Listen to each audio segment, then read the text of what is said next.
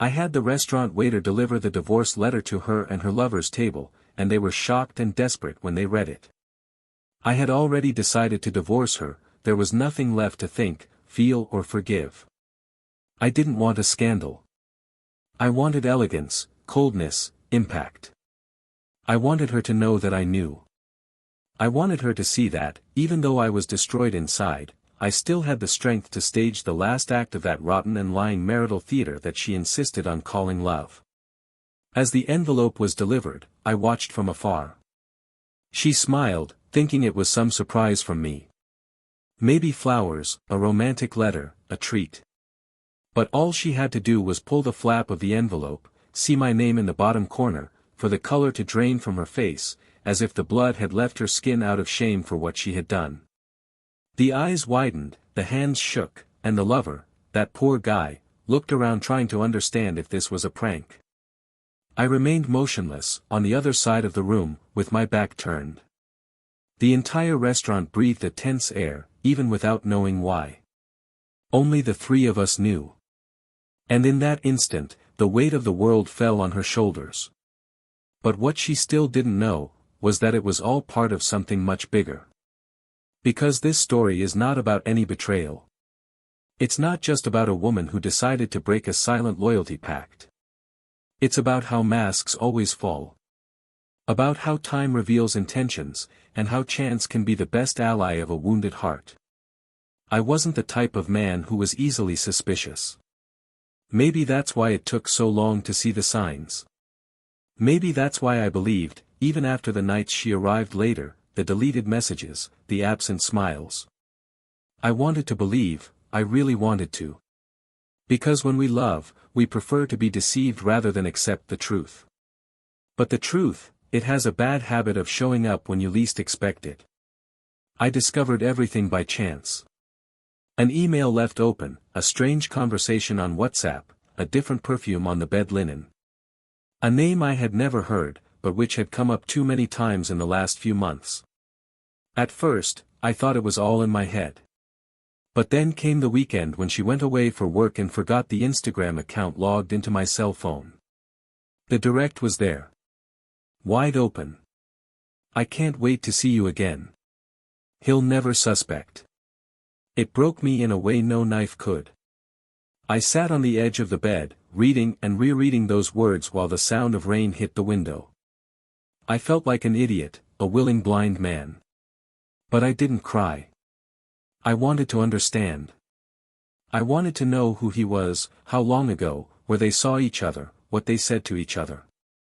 And more than anything, I wanted to know how far she would be able to go with that lie. I did what any man too hurt to confront would do, I fell silent. I became a detective of my own ruin. I installed trackers, accessed deleted histories, reviewed credit card statements. I was putting pieces together like someone putting together a puzzle of pain. I discovered hotels, reservations under a false name, diaries of meetings on Wednesdays, Fridays, and Mondays when I thought she was taking care of her mother. I discovered that he was younger, more ambitious, and spoke the sweet words that she said she missed. And I discovered that, to my surprise, he was also someone from my past. Someone I knew. Someone I've had business with before. A name that sounded familiar to me for more than one reason. A name that awakened an alert that until then I didn't understand. It was as if the universe was telling me, look again. And I looked. And when I looked closely, I saw that it wasn't just marital betrayal. It was a scam. A revenge. A reckoning coldly engineered by someone who expected me to collapse. And she had become a part of this plot without even realizing it. Because while she said she loved him, that she was willing to leave everything for him, he laughed behind her back. Laugh at me. Laugh at her. Laugh at the naivety of a bored, needy, vulnerable woman. She laughed because she knew I still loved her, and that would stop me from acting. But he was wrong. He underestimated what a broken man can do with what little he has left. He underestimated the strength that is born when everything you had was taken away. The night of the dinner, I knew it would be the last time I would see her as a wife. I prepared everything. The envelope. Separation of assets already calculated. The clause that nullified any attempt by her to claim half of the company. The dossier with photos, audios, and documents that would prove adultery, and that would give me custody of our children. Everything was planned. And the sweetest of all. He didn't know that I knew who he was. That I had already anticipated every step. That with every kiss he gave her, I had already turned the next page of the script. And what he would never imagine, is that the restaurant chosen for the meeting was not the result of chance. No. That place was mine. A recent acquisition, made discreetly, for personal purposes. And that night, every waiter knew exactly what to do. Cameras positioned. Recorded audios. The letter was read under the watchful eyes of customers who thought they were watching a simple marital drama. When she read it, she left her mouth open, trying to call my name, trying to find me among the tables. But I was already gone. I didn't want applause, I didn't want the taste of immediate revenge. I wanted the silence afterwards. I wanted her to experience falling apart alone. I wanted her to find out, days later, that the man she destroyed everything for, had used her as bait. Like a puppet. As a toy to get to me. And when that happened, when she confronted her lover and he finally revealed his true motive, his real identity, his long-held goal of ruining me. I wanted to be far away. I wanted her to feel the ground disappear. Let her know that she destroyed a family, a home, a story of years, for someone who didn't love her. Who didn't even respect her. That he would never leave his own wife. And even more so, that man, her lover, was a bankrupt partner who one day tried to steal from me, was exposed, humiliated, and swore that one day he would destroy me. And when he saw the door open in it, he entered. With smiles, wine, and catchphrases. She didn't know. She didn't know anything. And this is the cruelest part of the story. Because, in the end, she betrayed not only me, but herself. He bet everything on someone who only played. And lost. Lost me. Lost her lover. He lost his home. And when she discovered who he really was, when she understood that the man she slept with was the same man who swore to see me broken, that was when she finally broke down. But what she didn't know, and may never find out, is that I still had one last trump card. One last revelation. Something that would forever change the way she would see me. Something that happened before all this. Something that, if she had known, she might never have dared to betray. But that part of the story, no one has ever told. Yet. Welcome to the channel. Here, we do not support and never romanticize any type of betrayal. All the stories you hear are fictitious, but inspired by situations real, with the sole purpose of showing how betrayal destroys homes, feelings, and lives. Get ready to dive into an intense narrative, full of twists and emotions. Now take a deep breath. And prepare to listen a shocking story. Daniel and Olivia's story began in an almost cinematic way, the kind that happens without planning, but that immediately seems written by destiny. He, a soft-spoken man, with an attentive eye, dedicated to the small details of life. A born entrepreneur who built his technology company from scratch, putting each piece in place with effort, sleepless nights and an unshakable confidence in his purpose. She, a woman with a striking presence, intelligent, charming and sensitive, trained in visual arts and passionate about colors, shapes, the emotion of things that cannot be explained. They met at a photography exhibition where she was exhibiting her work and he, by chance, was drawn by a friend who swore he needed to see that artistic look at life. Daniel saw Olivia before he even saw the photos. She was on the other side of the room, wearing an emerald green dress and a weightless expression on her face, as if she were floating above the floor. They talked little that night, but enough for him to know he wanted to see her again. And he saw it. Several times. Over time, that romance turned into a life together, and after 2 years, into marriage. The house they chose was large, airy, with light wooden windows and white walls, where Olivia spread her paintings throughout every room. Every detail had her touch, and Daniel loved that. He liked to see how she transformed everyday life into silent poetry, how each room in the house seemed to welcome not only the body, but the spirit. In everyone's eyes, they were an admirable couple. Close friends always commented on the connection between the two, about how they looked at each other during conversations, how they seemed to be in tune even when in silence. Daniel worked a lot, spent entire days immersed in meetings and projects, but he made a point of coming home to have dinner with her whenever he could. And Olivia, even immersed in her art, always left space in her routine to take care of him, the house, the life they had built together. They had no children, but not for lack of desire. The plans existed, but there was always something more urgent, a new project, an unexpected trip, an important contract. Adult life, with its demands, postponed this step, until at a certain point, it became a dormant topic. Not forgotten, just left aside, like a song that hasn't reached the chorus yet. Daniel said that it didn't matter the time, that when the time was right, they would know. Olivia smiled, and said she believed that too. They had a dog, Max, an elderly Labrador who had been with them since the first months of their marriage. Max was part of the family, almost a silent link between the two, and the affection with which they both cared for him was an extension of the love they shared. The years passed peacefully. There were no major dramas, just the natural challenges of any relationship. Arguments arose, as they do in every home, but they always found resolution. Olivia sometimes complained about his absence, the long hours he worked, the attention he paid more to his cell phone than to her at certain times. Daniel, in turn, felt guilty for not being able to better balance his professional life with his marriage. But they were both committed to making it work. They attended couples therapy once a month, even without apparent crises, just as a way to keep the dialogue sharp. They took short trips whenever possible, rediscovered places together, laughed lightly, shared wine and confidences in the early hours of Saturday morning. Daniel was a man who valued respect. He never raised his voice, never devalued Olivia's emotions.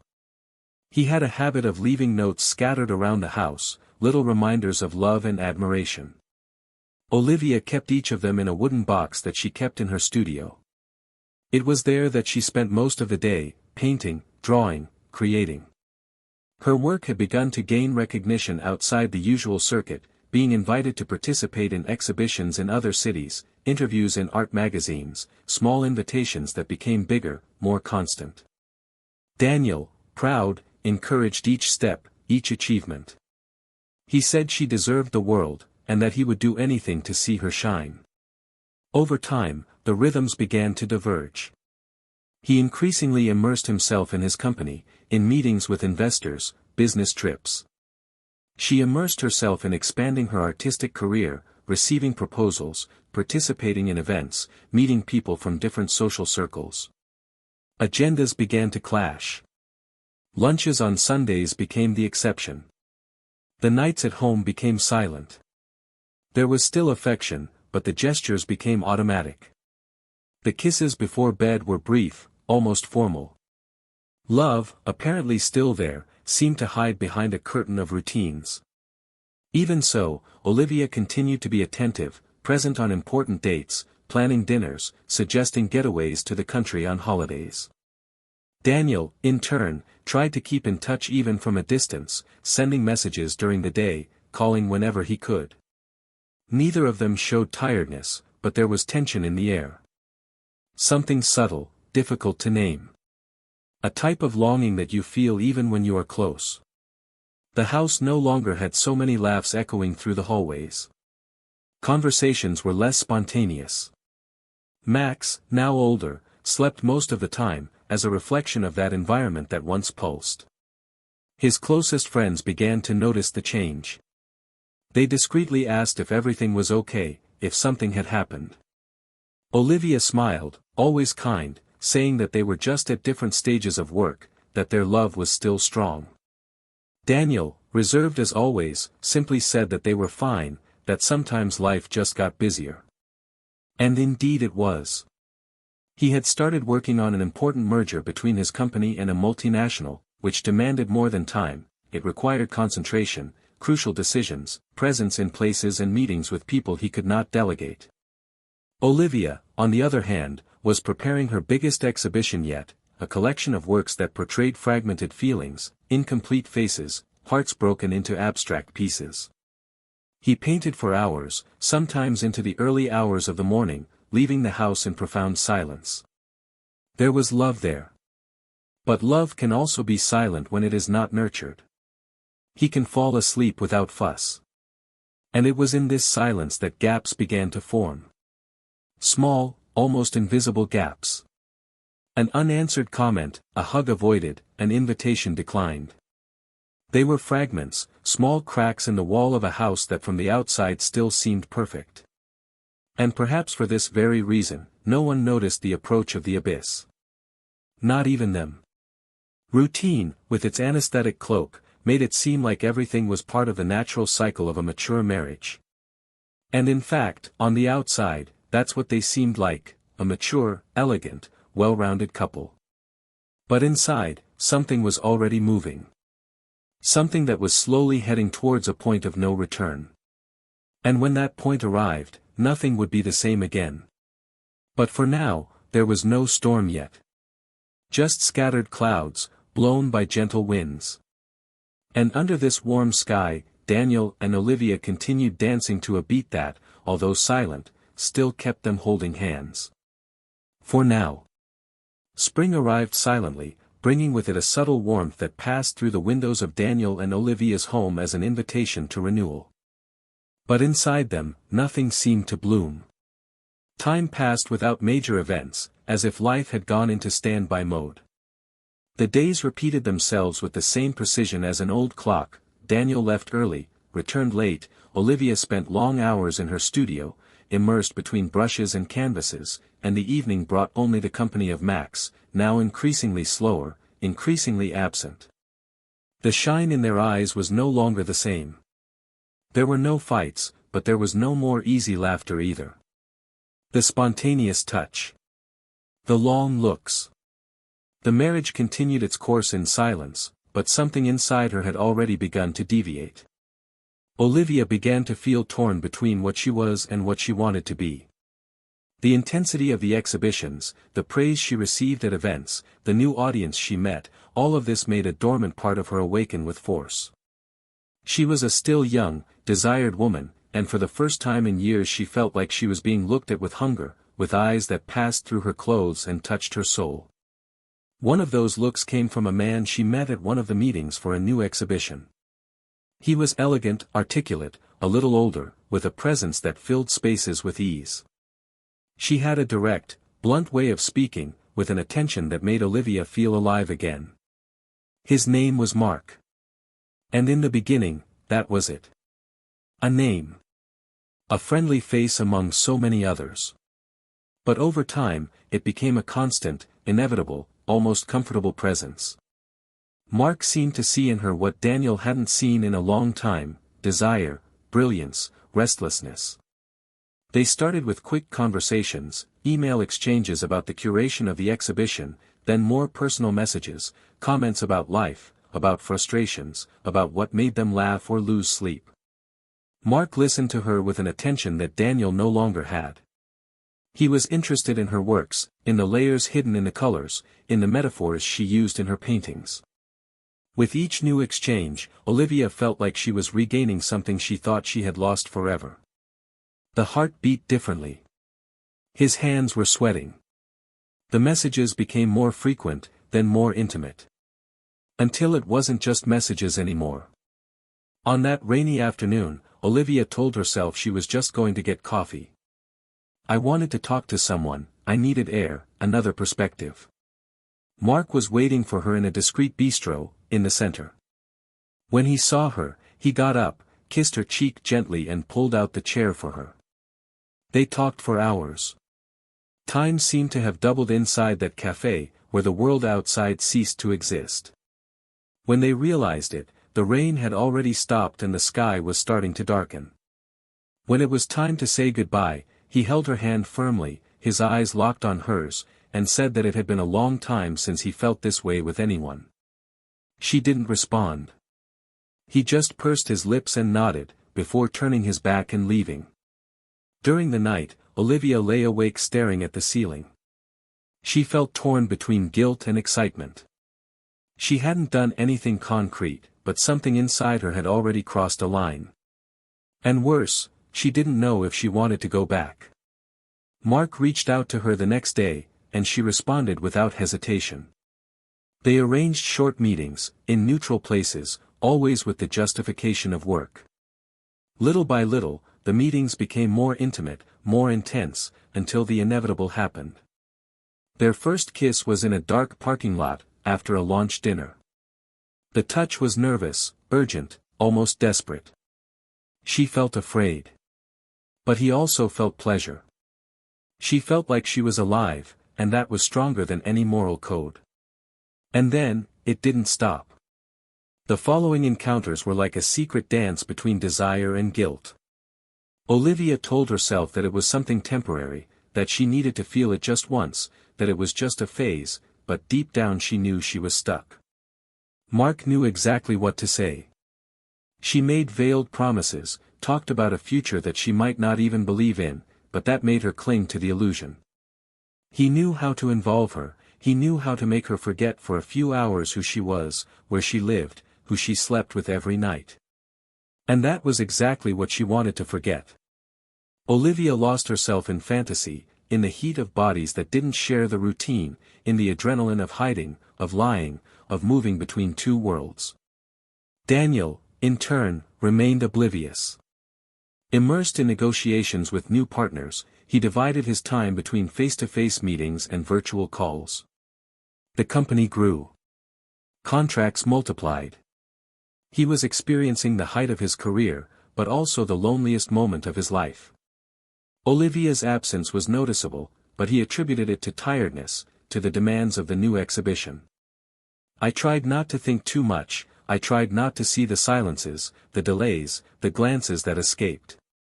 Still, there were nights when he woke up and the bed next to him was empty. Olivia said she couldn't sleep and that she preferred to spend time in the studio. Daniel believed. I wanted to believe. Because it was easier than facing the idea that something was breaking. The marriage continued like a boat adrift. No direction, but still floating. And then, on one of those nights when Olivia took longer than usual to return, something changed. Daniel, seeing her phone on the table, unlocked, had an impulse. He had never been invasive, but that night was different. There was something wrong. He picked up the device and opened the last conversation. It was with Mark. A sequence of short but intense messages. Words that left no room for doubt. Phrases like, "I smell you on my shirt," and "I still have goosebumps about what we did in the car," jumped out at Daniel like punches. He felt the ground move. The hands shook. His chest tightened in a way he couldn't explain. He didn't cry. He stood there, static, looking at that screen that now seemed to weigh tons. He closed his cell phone, put it back where it was, and sat down in the living room armchair, in the dark. When Olivia came in, he pretended to be asleep. I didn't know what to do. I didn't know how to react. In the following days, Daniel pretended to be normal. He began to observe more. The looks, the gestures, the smells. And it all made sense now. Every absence. Every excuse. Every night in the studio. But he didn't confront it. Not yet. Instead, he began putting together his plan. A cold, meticulous, painfully strategic plan. If she had chosen to cheat, he would choose how to respond accordingly. And he decided that he would do it in the same place where it all started, at a restaurant table. Only this time, she wouldn't be with him. I would be with Mark. And there would be no romantic dinners. There would only be one envelope. The restaurant was chosen carefully. Discreet, elegant, away from known eyes. Daniel reserved a table for the couple under the name Olivia, as if it were a kindness of the place. He called the head waiter, explained that he wanted an envelope to be delivered as soon as they both finished the main course. He said it was a surprise. Nobody suspected anything. On the appointed day, he observed from afar. They entered hand in hand, smiling as if the world were theirs. She wore a navy blue dress, her hair tied up in a way he always loved. Mark was impeccable, like a man who knows he's winning a silent game. The waiter served the dishes. They toasted. They laughed. And when the dessert was about to arrive, the envelope was delivered. Inside, the divorce documents. A simple, direct letter, signed by Daniel. He didn't wait to see the reaction. He left without looking back. But he knew that at that exact moment, their world was beginning to fall apart. And hers would collapse even more. Because what Olivia still didn't know was that the man she had risked everything for wasn't who he said he was. And that was yet to come. The envelope was still between her fingers, crumpled, dirty from nervous fingers, with the seal hastily torn in Daniel's handwriting that she knew with her eyes closed now looking like a sentence. Dinner had gone cold, the cutlery abandoned, the restaurant almost empty. The lover in front of him was motionless, looking at the sheet that had fallen on the table, where the words, "request for divorce," were shouting in cold letters. Olivia tried to breathe, but the oxygen seemed to be lacking. Shame burned his skin like embers. She looked around, expecting to find him among the tables, as if he were there to watch the ruin, but he wasn't. Not a note, not a written word other than the legal sheets. It was as if Daniel had disappeared from the world, leaving behind only his decision.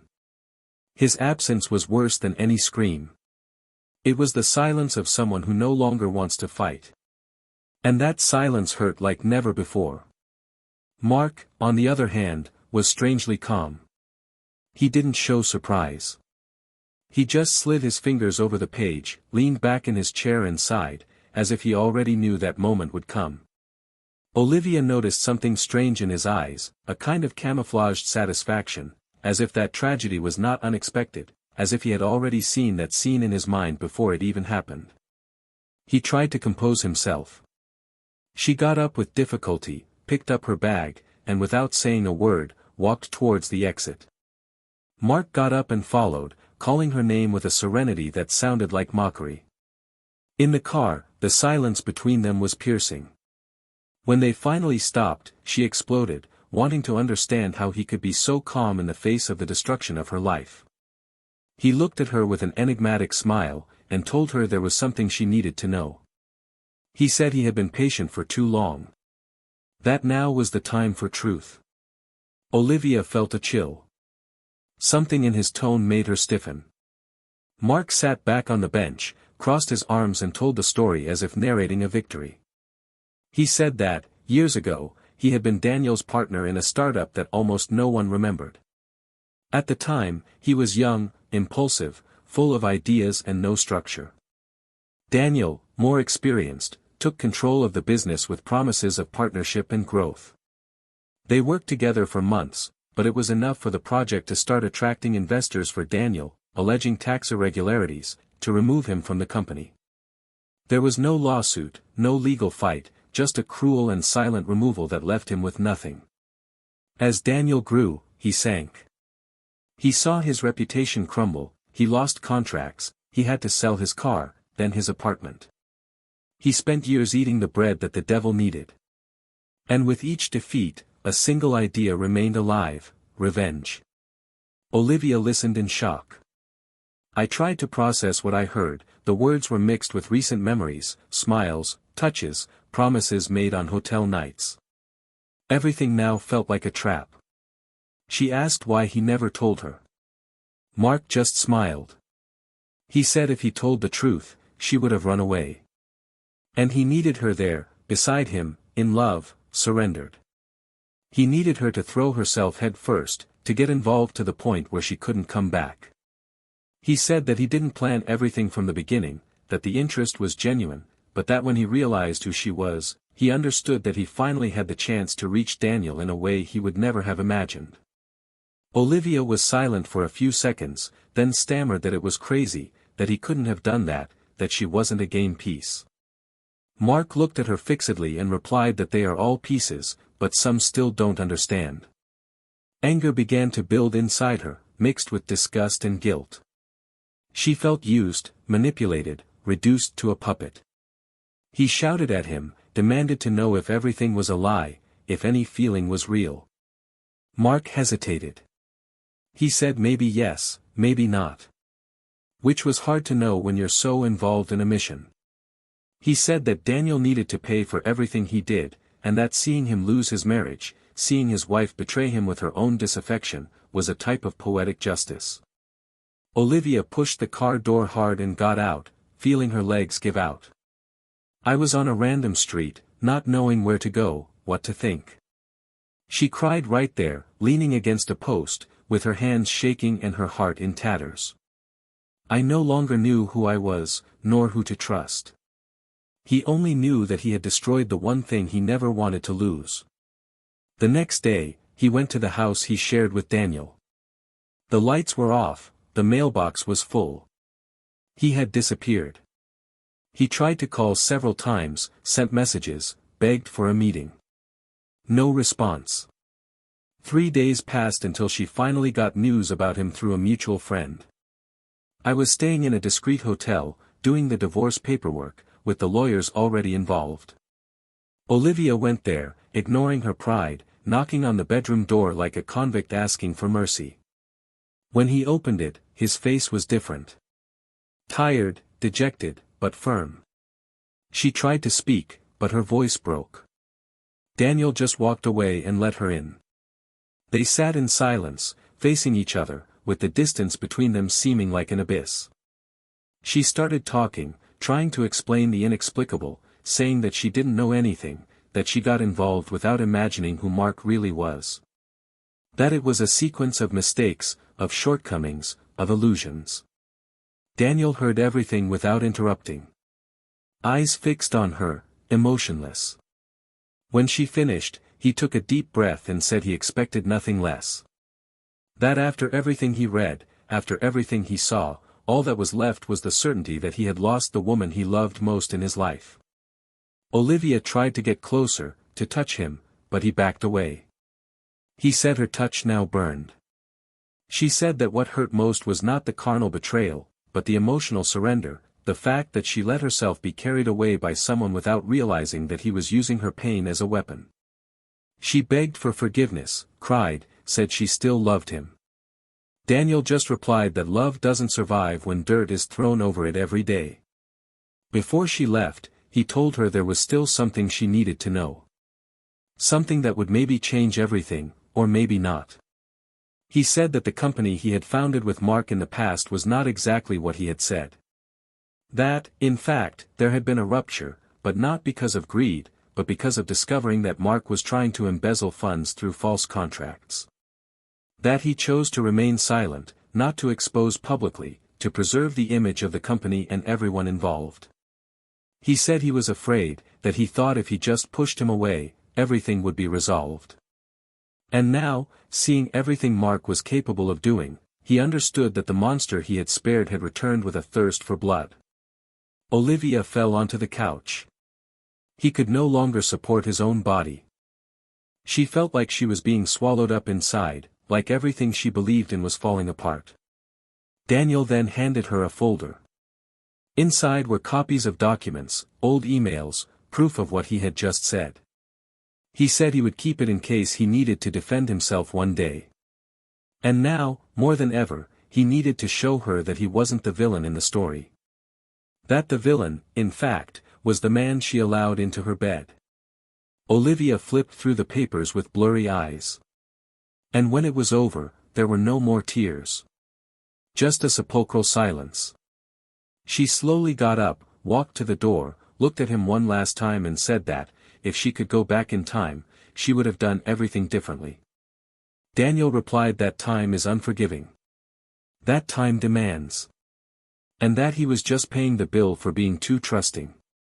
She left without saying anything else. And he stood there, alone, looking out the window, knowing that, no matter how much it hurt, he had won. Not because it destroyed someone, but because it survived destruction. But what he didn't know, was that the game wasn't over yet. And that one last move was about to turn all the pieces around. Dawn fell heavily, as if the entire world had entered into silent mourning. The city, wrapped in its indifferent routine, slept, but Daniel couldn't close his eyes. Olivia's face came back in confused flashes, fragmented between the years of complicity and the last few months of disappointment. On the table next to the window, the evidence he had given her was spread out, like open scars. He wasn't sure if showing them was a gesture of justice or just another blow to someone who was already hurt. The truth was, even after everything, there was still a part of him that wondered what would have happened if she had made another choice. But that was now irrelevant. The damage was done. And there was no going back. The next morning, he packed his bags. I didn't intend to stay in the city for long. I needed distance, true silence, that kind of peace that only distance brings. He had friends on the coast, and a house he inherited from his parents, on the edge of a cold, gray sea, perfect for those who didn't want to be found. Meanwhile, Olivia remained cloistered in her studio, which now seemed more like a prison than a sanctuary. The paints were drying in the pots, the canvases were collecting dust, and the morning light barely filtered through the gaps in the curtains. Since Mark's revelation, she hadn't spoken to anyone. He turned off his cell phone, avoided invitations from the gallery and started refusing any deliveries. The world around him slowly collapsed, and all that was left was the sound of his own thoughts pounding inside his head. He tried to write a letter, several times. But no word seemed enough. No sentence explained the depth of his fall. One day, at dusk, he went to the building where he knew Mark still had a rented office. I wanted to confront him, I needed to understand if everything had really been a game from the beginning. Didn't find anyone. The receptionist reported that he had left the place days before, that he had cancelled all his appointments and disappeared without a trace. At the entrance, she felt her legs give out, and had to lean on the wall to keep from falling. That absence was the final blow. Not even he had the dignity to face the consequences. Days passed. Then weeks. Until one morning arrived like all the others, but brought unexpected news. A lawyer contacted Olivia saying that there was a case being filed against Mark for embezzlement and corporate fraud, and that Daniel had presented crucial evidence to the case. The scandal spread quickly. Newspapers began to publish articles, companies began to retract their claims. And in the midst of this, Olivia's name appeared linked to the events. Although Daniel had avoided exposing it directly, some details were leaked. Her social circle has changed. Some moved away, others approached out of pure curiosity. But none of the faces were the same. She became a figure of interest, but never again of admiration. The exhibition I was preparing was postponed indefinitely. Sponsors backed away. His art, once revered, was now viewed with judgmental eyes. The studio became a toxic place. The house, a maze of memories that hurt. On a gray Sunday, Olivia decided to go to the house on the coast where Daniel had taken refuge. He discovered the address with effort, through an old mutual acquaintance. She took the car without warning, without planning, just guided by the urgent need to face him one last time. The road seemed eternal, every kilometer traveled was a confrontation with guilt. It arrived late in the afternoon. The house was silent, like everything around it. The sea roared in the background, angry, as if reflecting their internal state. She knocked on the door once, twice. When he opened it, it took him a few seconds to react. He was unshaven, his eyes were sunken, his clothes were simple. But there was firmness in his gaze, no longer hurt. Just a painful lucidity. Olivia asked to come in. He hesitated, but made way. They sat facing each other, again in silence, as if each word demanded permission that did not come. She said she needed to see him, that she needed to say something that she couldn't contain anymore. Daniel crossed his arms and waited. Olivia then said that, in the days she lost him, she also lost herself. That she discovered how empty she was and how much she had projected her frustration onto someone who just wanted to destroy her. He said that he no longer knew what was real, that he even doubted his own feelings, but that one thing was certain: he never stopped loving Daniel, even when he lost himself. He heard everything with the calm of someone who has already cried all his tears. He said that love does not disappear overnight, but that love, like everything that is alive, needs to be taken care of. And that she didn't care. That she allowed someone to enter, not only into her bed, but into her choices. Olivia swallowed, her eyes watering. She said she didn't come to ask for another chance, but just to say that her regret was real. And that, even though she didn't have the right, she still hoped that one day he would be able to look at her without pain. Daniel got up, went to the window and looked at the sea for a while. When he returned, he asked her if she knew why he didn't expose her. Olivia denied it. He then said he didn't want revenge. "I wanted justice. I wanted her to see, with her own eyes, what she had caused. Not with hate, but with awareness. And that, despite everything, he still respected the history they lived. He said he would never be able to erase what they built together, but he would also never be able to trust again." Olivia nodded, knowing this was the unvarnished truth. He asked to go to the bathroom. And there, alone in front of the mirror, she truly saw herself for the first time in months. She was a fragmented woman, but not destroyed. There was still something there. There was still a chance to rebuild. When he returned, he thanked her. He said he would leave. Daniel walked her to the door, but before she left, he asked her what she would do now. She said she would start from scratch. Maybe he would rent a smaller studio, somewhere else. That she would paint for herself, without expecting applause. Daniel just nodded. And then, for the first time in a long time, he smiled. A brief but sincere smile. Without saying anything else, she got into the car and drove away. Daniel stood at the door, watching the lights disappear on the road. He went back inside. He lit a candle. He put an old record on. And he breathed. The weight was still there, but for the first time in a long time, he felt like he could go on. The next morning, he went to the neighboring city to resolve pending papers. At a local cafe, he came across a woman who seemed lost, holding an old map and looking everywhere. This helped her find her way. They talked for a few minutes. She was a foreigner, she had come to live there after a painful divorce, she wanted to start over far from everything. He exchanged glances with him, and for a moment, they both smiled. And in that smile, something new began to be born. It wasn't love yet. But it was the promise that life goes on.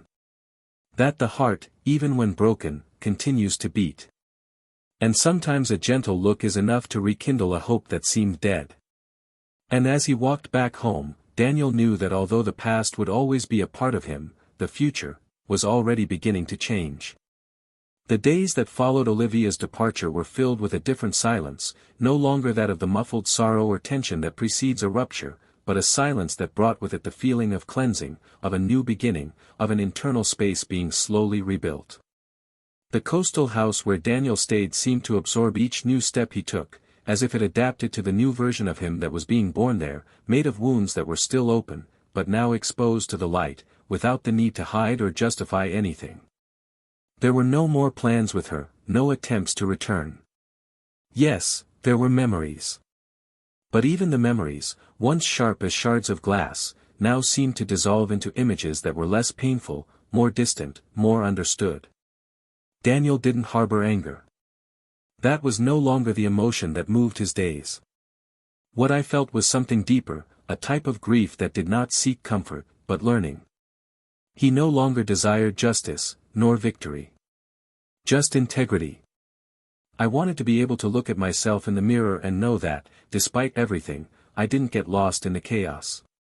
The mornings always began with a simple coffee, in front of the sea that remained impassive, as a witness to its internal reconstruction.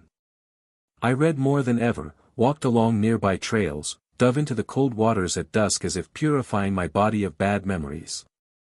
The foreign woman he had met at the café, Sophie, began to cross his path quite frequently. The meetings were spontaneous, almost always casual, as if fate tested the waters before allowing something new to blossom. She spoke little about her past, but her gaze carried the same hidden pain that he recognized on his own face months ago. There was something between the two that didn't yet have a name, but it existed. Something between recognition and hope, between kindness and prudence. They understood each other in silence. And that, for now, was enough. Olivia, on the other hand, returned to the city like someone returning from a battlefield. There was no victory to count, just the willingness to rebuild.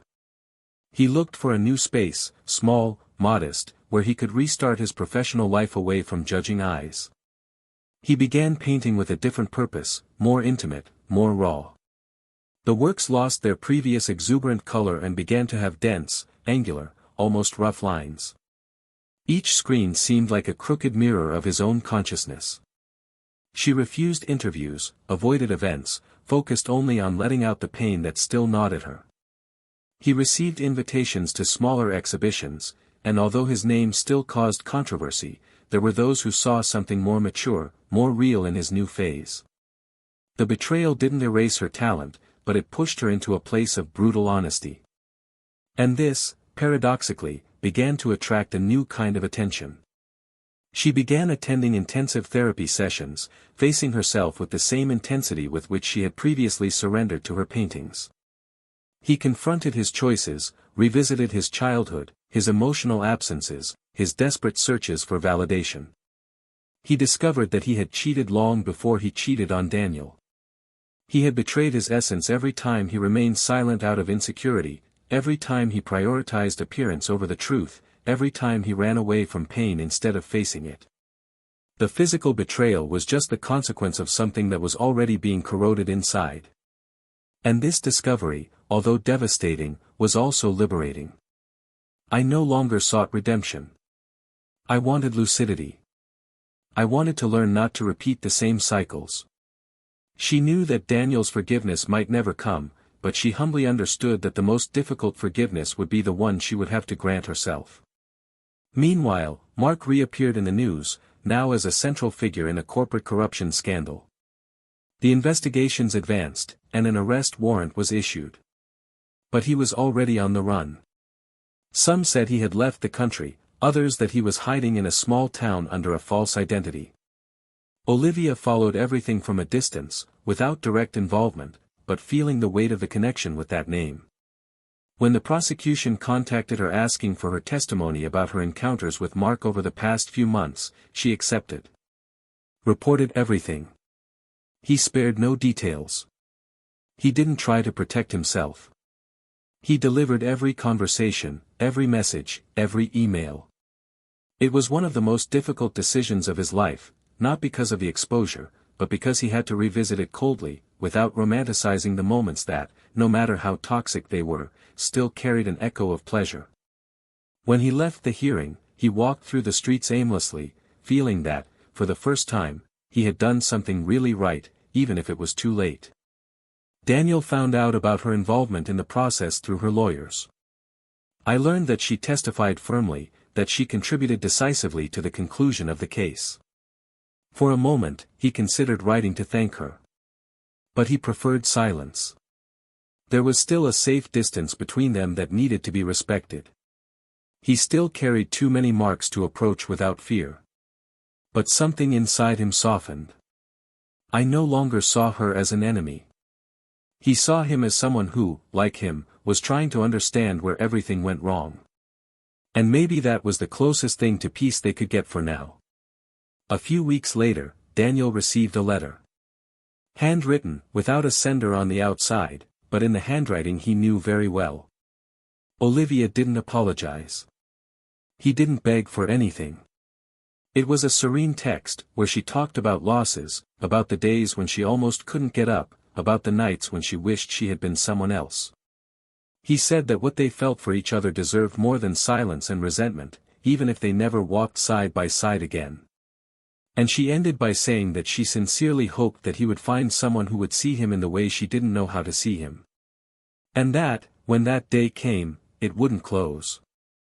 That he had the courage to love again, because, despite everything, he was still made of it.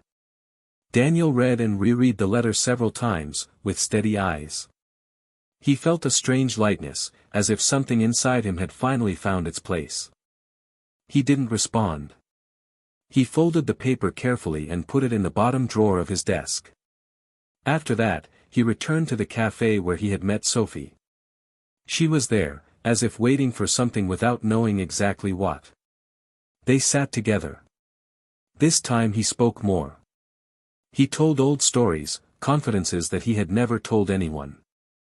Sophie listened without rushing, without judgment.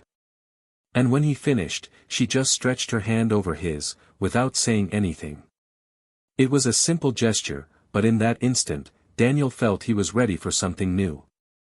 Not to forget, but to allow another story to begin, with other colors, another rhythm, another language.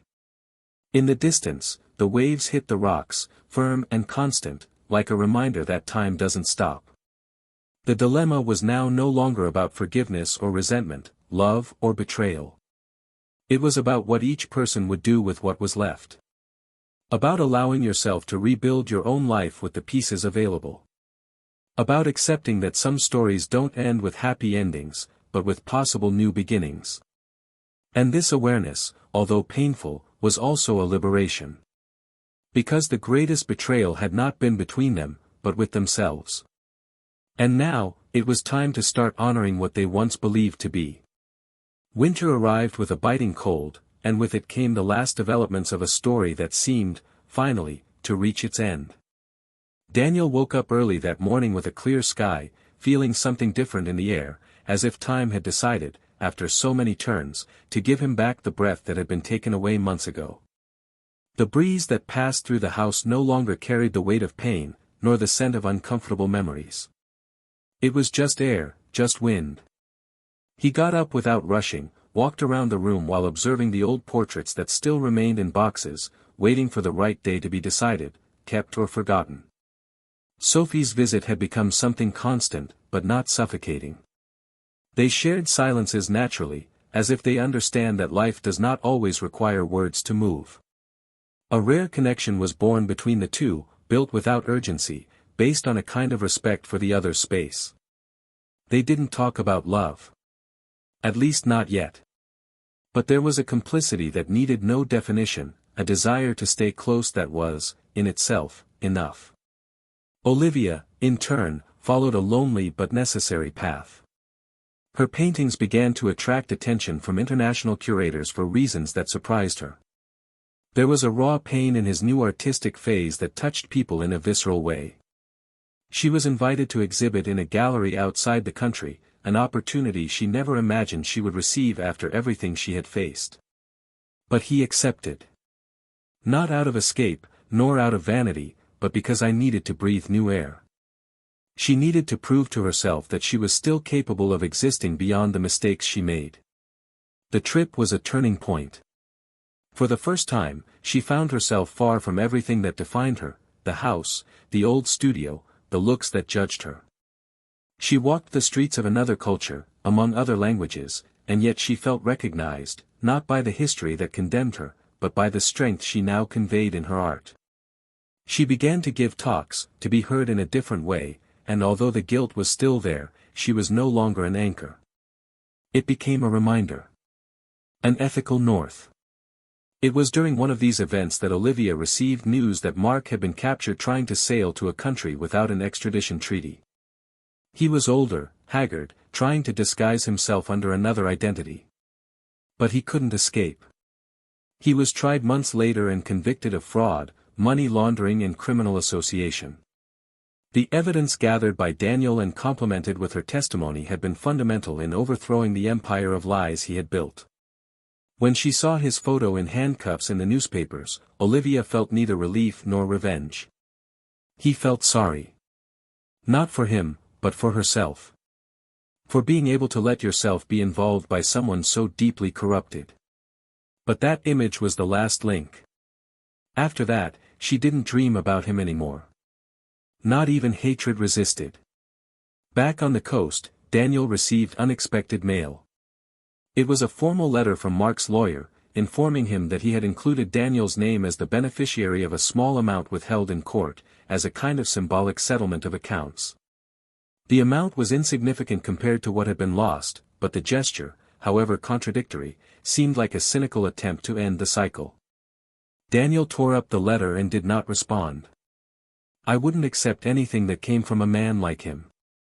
His peace was priceless. He decided it was time to end the season in that house by the sea. Although the place had helped him find himself again, he felt it was time to return to the city, not to the past, but to occupy a new space. He regained control of his company, now on another level, with a different vision. With a focus less on accumulation and more attentive to the essentials. He started to invest in social projects, in emotional support programs for couples in crisis, in listening spaces for men who, like him, did not know how to deal with the silence before the breakup. Sophie decided to stick around. He got a job at a local publishing house and the two continued to get to know each other, respecting each other's time, laughing at cultural differences and emotional similarities. One day, sitting on a bench in front of the sea, she held his hand more firmly than usual and said that she didn't know what they were, but that she felt safe with him. Daniel responded that security was a good place to start anything. Her response was a smile that carried the beauty of the possible. And it was in this possibility that they decided to remain. No rush. No pressure. Just being. Olivia, in another country, continued painting. His works began to portray less pain and more reconstruction. Previously disconnected lines began to come together into smoother shapes. The colors returned, timidly. In an interview, she was asked about her past, and for the first time, she didn't shy away. She said she made mistakes, that she hurt those she loved, that she fell into an abyss that she dug herself. But he learned. Who rebuilt himself from the pain. That true repentance was not crying out for forgiveness, but transforming oneself so that the mistake would not be repeated. The audience, in silence, gave her a standing ovation. Not for the glamour of overcoming, but for the courage to admit that there are choices that cannot be fixed, but that still do not need to define us forever. Time passed. Years, perhaps. One day, at another station, Daniel was walking through a local gallery, following an exhibition of new artists. He stopped in front of a screen that immediately made him freeze. He recognized the line, the palette, the discreet name in the corner. It was hers. Olivia had returned to the country with her works.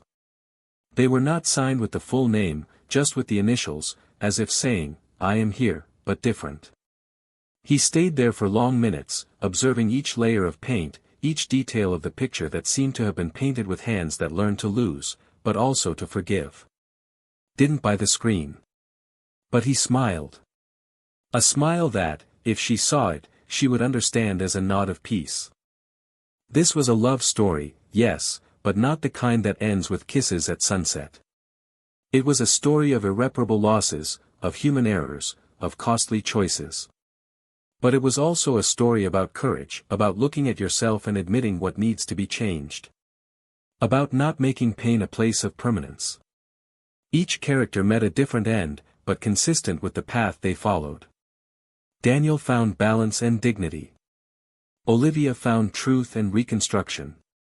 Sophie found acceptance and perhaps new love. And Mark, imprisoned, found the loneliness that caused so much to others. And so, everything, somehow, found its place. Now tell me, what did you think of this story? What was the most memorable moment for you? Leave your opinion here in the comments, I'd love to know. And of course, if you liked this story, subscribe to the channel and activate the bell so you don't miss future narratives like this. Here, we do not support, nor will we ever romanticize, any type of betrayal.